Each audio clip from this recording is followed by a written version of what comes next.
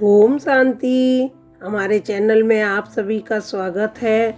आज हम एक सुंदर कहानी लेकर आए हैं जिसका शीर्षक है निस्वार्थ सेवा। आइए सुनते हैं कहानी। एक बार एक गांव में जगत सिंह नाम का व्यक्ति अपने परिवार के साथ रहता था। वह अपने गांव से शहर की ओर जाने वाली डेली बस में कंडक्टर का काम करता था।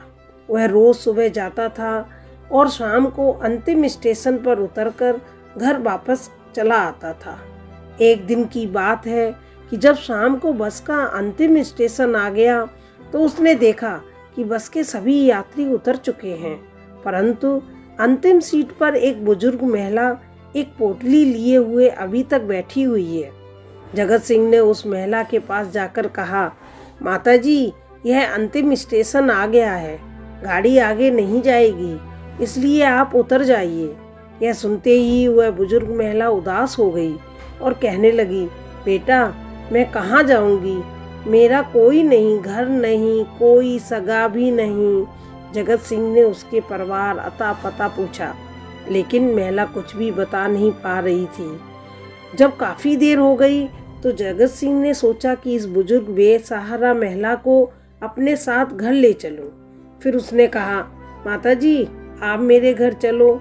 यह सुनकर महिला अपनी पोटली साथ लेकर चल पड़ी। घर जाकर जगत सिंह ने पत्नी को सारा किस्सा सुनाया।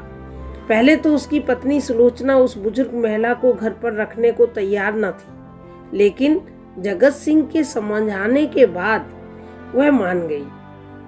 अब वो घर पर एक कमरा जो खाली था, उसी में वह बुजुर्ग महिला रहने लगी। जगत सिंह और सुलोचना दोनों उसका ख्याल रखने लगे।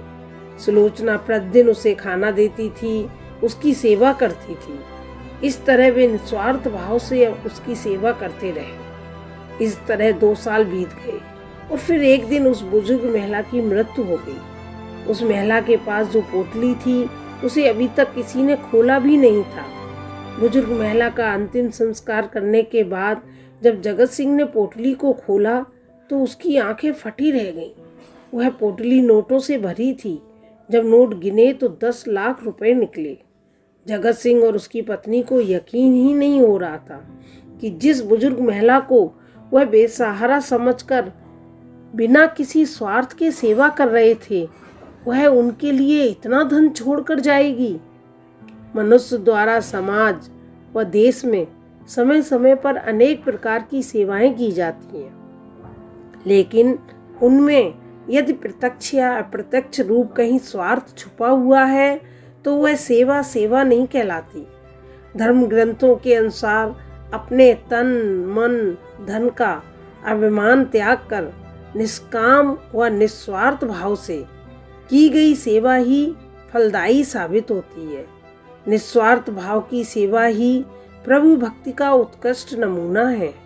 जो सेवा स्वार्थ भाव से की जाए तो उसे स्वार्थ पूर्ति होते ही उस सेवा का फल भी समाप्त हो जाता है। निस्वार्थ सेवा करते रहिए, शायद आपका रंग औरों पर भी चढ़ जाए।